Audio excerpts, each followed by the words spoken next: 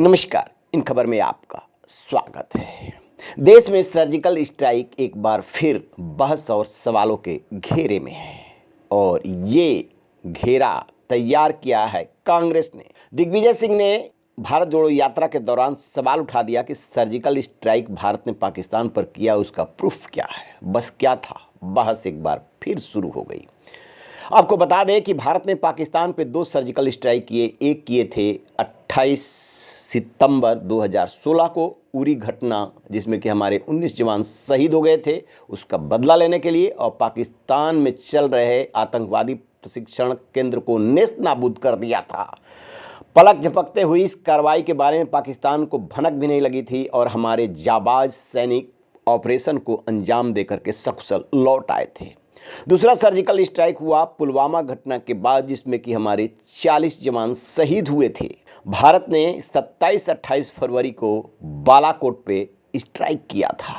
अब अमेरिका के पूर्व विदेश मंत्री माइक पोम्पियो ने जो दावा किया है अपनी किताब never give an inch fighting for the America I love में, कि पाकिस्तान भारत पर परमाणु हमले के लिए तैयारी कर लिया था, और ये सूचना और किसी ने नहीं, तत्कालीन विदेश मंत्री सुषमा स्वराज ने उनको दी थी।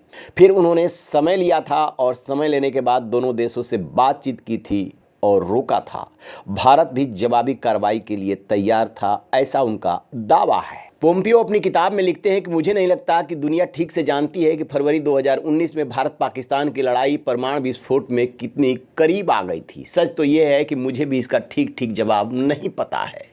अमेरिकी पूर्व विदेश मंत्री आगे लिखते हैं कि पाकिस्तान की ढीली आतंकवादी विरोधी नीतियों की वजह से 40 भारतीय सैनिक शहीद हुए। इसके जवाब में भारत ने एक एयर स्ट्राइक कर पाकिस्तान के अंदर आतंकियों के खिलाफ कार्रवाई की।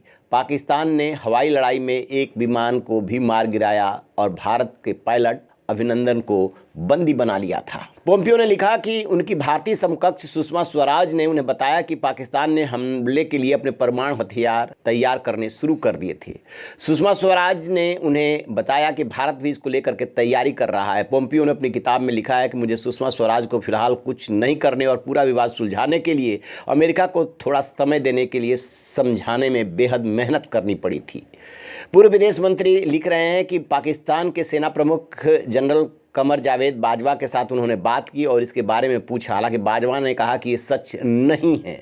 बता दें कि माइक पोम्पियो के इस दावे को लेकर विदेश मंत्रालय की ओर से अभी तक कोई रिएक्शन नहीं आया है। यह जानना जरूरी है कि जब भी राजनेता रिटायर्ड होते हैं या सत्ता में नहीं रहते हैं तो अपने मेमोरी के आधार पर किताबें लिखा करते हैं और उसमें कई ऐसी बातें होती है जिसको कन्फर्म करना, पुष्ट करना बड़ा मुश्किल होता है। माइक पोम्पियो की किताब को भी उसी नज़रिए से देखा जा रहा है कि इस बात में कितनी सच्चाई है।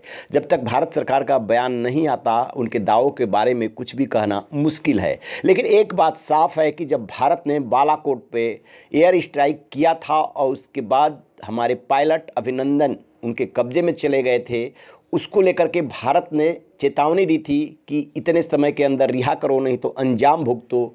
तब पाकिस्तान के प्रधानमंत्री इमरान खान घबराए हुए से संसद में तत्काल रिहा करने का ऐलान कर दिया था और उस वक्त उन्होंने बोला भी था कि भारत ने हमले की पूरी तैयारी कर ली थी, हमने जो है अभिनंदन को छोड़ने का फैसला किया है।